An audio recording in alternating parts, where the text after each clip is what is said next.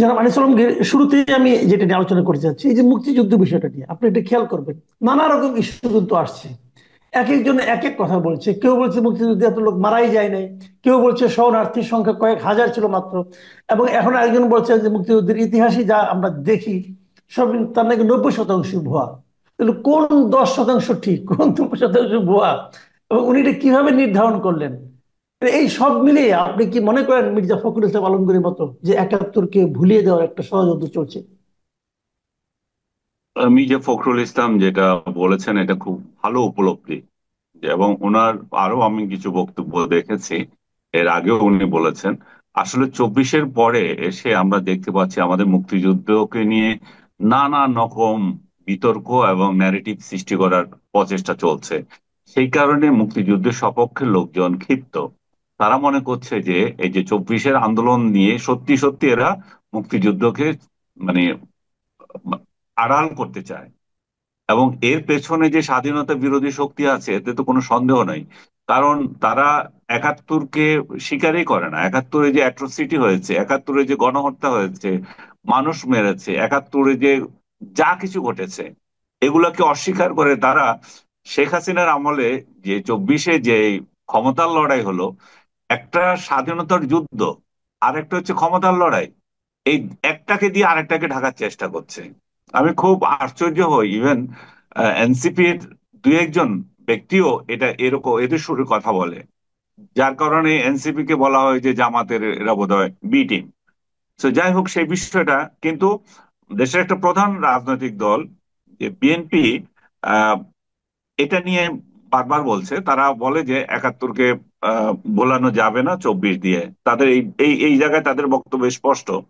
কিন্তু তাদের উপর মানুষ একটু অসন্তুষ্ট অন্য কারণে, যে মুক্তিযুদ্ধকে নিয়ে যে এত হেয় করা হচ্ছে, মুক্তিযোদ্ধাদেরকে যে এত অপমান করা হচ্ছে, আমাদের মুক্তিযোদ্ধাদের ভাস্কর্য ভাঙচুর করা হচ্ছে, কতগুলো আহ, যা কিছু স্থাপনা সবগুলোর উপর আঘাত করা হচ্ছে, বঙ্গবন্ধুর উপরও আঘাত করা হচ্ছে। যারা এই বঙ্গবন্ধুকে আঘাত করছে, তার ভাস্কর্যে আঘাত করছে, 32 নম্বর আঘাত করছে, বিএনপি কিভাবে নিশ্চিত থাকে যে এরা আরেকদিন শহীদ প্রেসিডেন্ট জিয়াউর রহমান, যাকে তারা স্বাধীনতার ঘোষক মানে, তাকে অপমান করবে না? অলরেডি তো হচ্ছে, তাকেও তো অপমান করা শুরু হয়ে গেছে। আপনি যে মুক্তিযুদ্ধের আহ সংখ্যা নিয়ে কথা বললেন, যে সংখ্যা নিয়ে একটা বিতর্ক শুরু হয়েছে, আপনি দেখেন এই সংখ্যা নিয়ে বিতর্ক তো আগে ছিল না। সংখ্যা নিয়ে একবার বলা হয়েছিল যে এটা 3 মিলিয়ন, বলা হয়ে গেছে আসলে 3 লাখ হবে। সেই জিনিসটাও মানা যায়। কিন্তু আপনি যখন এই সংখ্যা নিয়ে বারবার আপত্তি তোলেন, বারবার এটাকে জাস্টিফাই করতে চান, ইভেন 2000 বলেন, তার মানে তো মনে হয় যে এটা তো বলার অপেক্ষা রাখে না। এরা ডেলিভারেটলি এগুলো করছে, মুক্তিযুদ্ধকে বিতর্কিত করার জন্য এগুলো করছে। এবং আমাদের এবং পাকিস্তান কোনো ভুল করেনি, সেটা আমাদেরকে বোঝানোর জন্য করছে। এই প্রেক্ষিতে এখন যদি বদরুদ্দিন উমরের কথা আপনি বলছিলেন, বদরুদ্দিন উমরের কথা যদি আসে, উনি বলছেন যে উনি উনি প্রথমে বলা দরকার এই বদরুদ্দিন উমর যাকে মানে ও তার বিরোধীরা বদ ওমর বলে ডাকে, এই ভদ্রলোক নিজে এত বড় বুড়ো হয়েও মুক্তিযুদ্ধের সময় মুক্তিযুদ্ধে যান নাই। এত বড় বড় কথা বলছেন মুক্তিযুদ্ধ নিয়ে, কিন্তু উনি মুক্তিযোদ্ধা না। এবং উনি বলছেন মুক্তিযুদ্ধের ইতিহাস 90% ভুয়া। আপনি তো ভাই মার্ক্সবাদ নিয়ে, লেনিনবাদ নিয়ে, দুনিয়ার কত কিছু নিয়ে বই লিখে ভরে ফেলছেন। আপনার বই বাজারে বিক্রি হয় কিনা জানি না, বাট আছে তো। আপনার বই তো অভাব নাই। এক সময় আমরাও কিনেছিলাম আপনার মার্ক্সবাদের অ আ ক খ। কি যে ঘোড়া ডিম লিখেছেন এখন বুঝি। সেই জায়গায় আপনি যে বইগুলো লিখেছেন সেগুলোর পাঠক নিশ্চয় কিছু ছিল। তা আপনি মুক্তিযুদ্ধ নিয়ে লিখলেন না কেন? মহান আহ, ইয়ে ব্যক্তি, মহান বুদ্ধিজীবী, আপনার তো উচিত ছিল মুক্তিযুদ্ধ নিয়ে কিছু বই লেখা, যেখানে আমরা জানতে পারতাম যে আসলে 90% ভুয়া কোথায়, আর আপনার ওই 10% সত্যতা কি কি ছিল, আর যে 90 ভুয়া সেগুলো কি। এই লোক ভাষা আন্দোলন নিয়ে বই লিখেছে। কি যে মিথ্যাবাদী একটা লোক, আমি তাকে মিথ্যাবাদী বলবো, এখন অনিয়ারে বলছি মিথ্যাবাদী। সে বঙ্গবন্ধু 52 ভাষা আন্দোলনে তার কোনো অবদান নেই, এটাই তার প্রতিষ্ঠা করার জন্য সে আপ্রাণ চেষ্টা করে গেছে। কিন্তু দেখা যাচ্ছে যে অসমাপ্ত আত্মজীবনীতে লেখা আছে যে উনি যারা এই আন্দোলনের সঙ্গে জড়িত ছিল তারা বঙ্গবন্ধুর সাথে জেলখানায় দেখা করছে, চিঠি বিনিময় হচ্ছে, উনি তাদেরকে চিরকুট পাঠাচ্ছে। এবং 21শে ফেব্রুয়ারির যে মানে চূড়ান্ত আন্দোলনে উনি অনশন করছেন ঢাকার বাইরে একটা ইয়েতে, জেলখানায়। এবং সেখানে এবং যেদিন এই এই 21-এর চূড়ান্ত দিন আসলো, হত্যা করা হলো আমাদের ভাষা শহীদদের, সেদিন তার অনশন ভাঙানো হলো এবং তাকে খাওয়ানোর বহু চেষ্টা করা হয়েছে। এগুলা এগুলো বলার অপেক্ষা রাখে না, এগুলো পুরোটাই অসমাপ্ত আত্মজীবনীতে আছে। অসমাপ্ত আত্মজীবনীও যাদের এই প্রসঙ্গক্রমে আপনাকে বলে রাখি, অসমাপ্ত আত্মজীবন নিয়েও আর কিছু রাজাকারের ছাওয়াল একটা বিতর্ক তুলেছিল যে এটা বঙ্গবন্ধু লেখে নাই, এটা লিখেছে আরেকজন। কিন্তু এখন, এবং আমি দেখেছি আমার ওয়ালে বিশিষ্ট বিশিষ্ট লোকেরা সেটাকে শেয়ার করে খুব আনন্দ উল্লাস করছিল।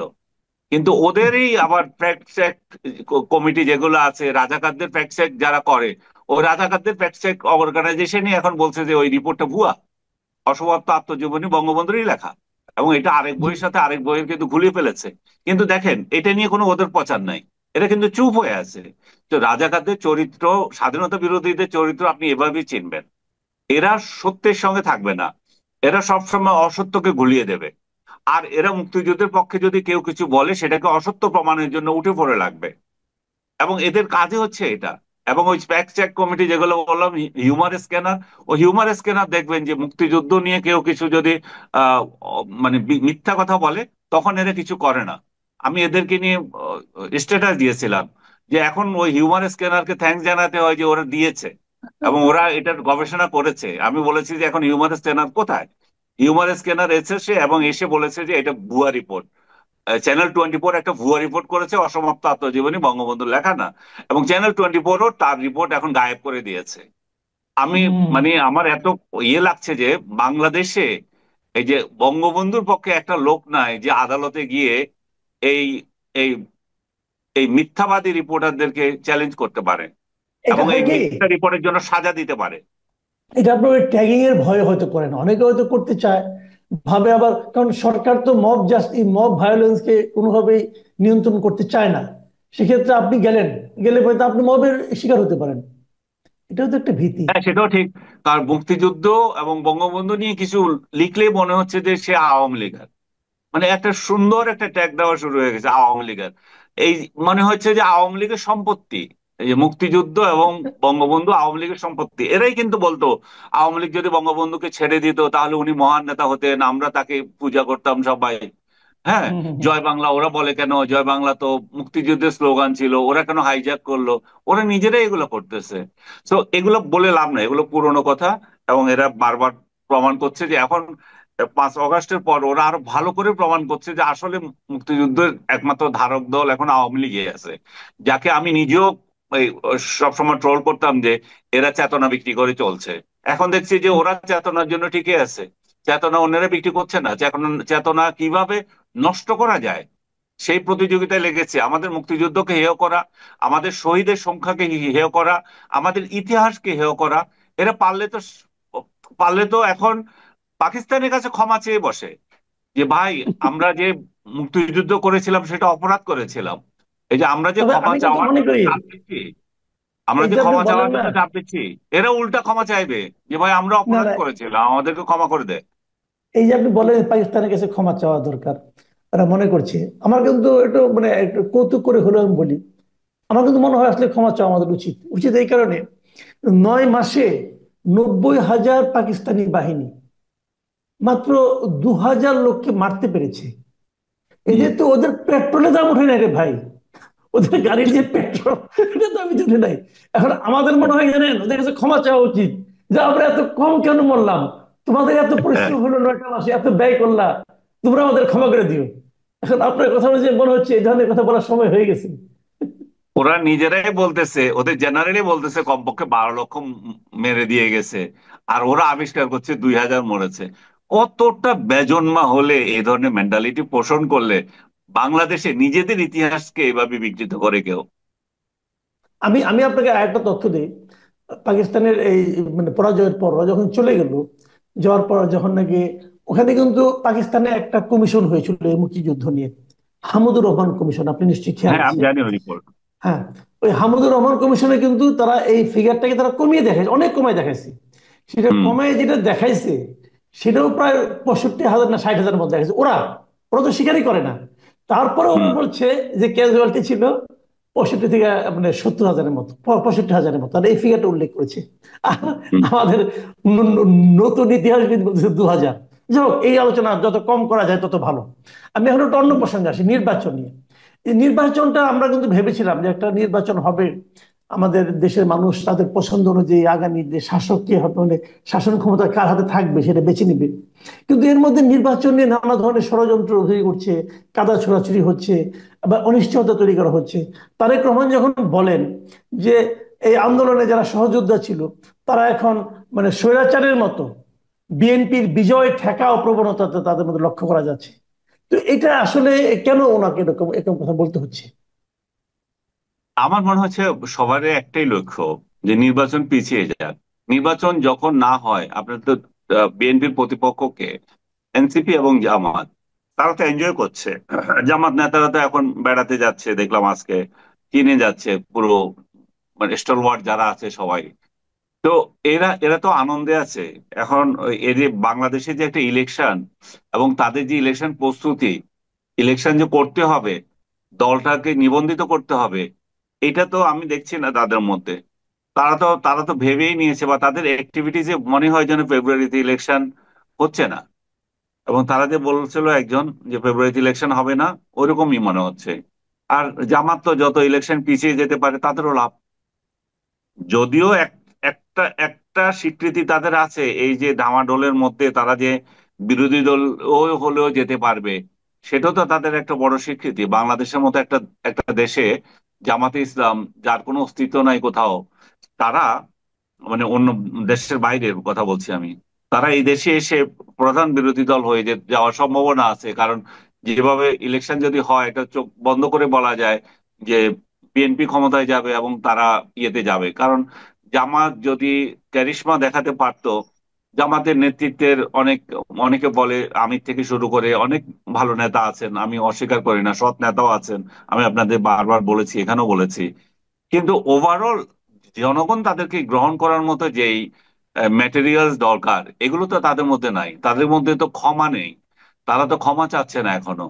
তারা তো অন্যের মতকে গ্রহণ করার যে অ্যাবিলিটি, সেটা এখনো এখনো অর্জন করে নেই। এখনো সোশ্যাল মিডিয়ায় দেখবেন জামাতের লোকেরা গালি দিচ্ছে, আমাকে দিচ্ছে, আপনাকে দিচ্ছে, অন্যদেরকে দিচ্ছে। এরা শুধু সুযোগ পাচ্ছে না, হয়তো রগও কেটে দিত। কিন্তু এই যে মেন্টালিটি তাদের কর্মীদের, এবং তাদের নেতারা ভালো মানুষের উপরে থাকলেও, ভালো মানুষ রূপে আমাদের কাছে আসলেও, এই যে এটা তো পরিবর্তন হচ্ছে না। তাদেরকে বিএনপি বলে যে মোনাফেক, বা অন্য দলগুলো বলে।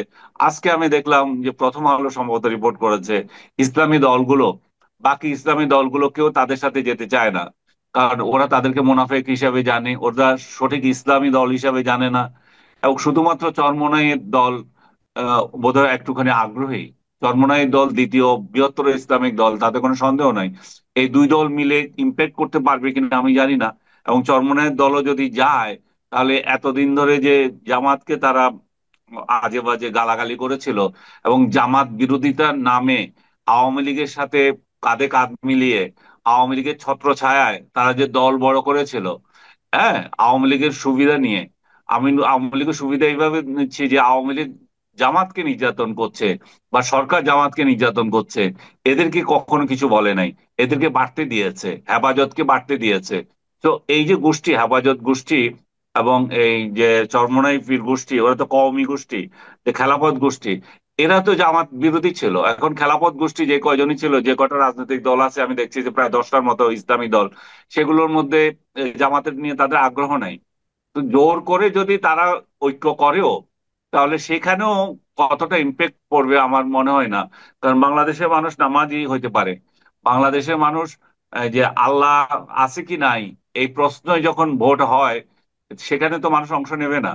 মানে ইসলাম নিয়ে যদি রাজনীতি করতে হয়, তাহলে তো আল্লাহ আছে কি না এ নিয়েও ভোট দিতে হবে।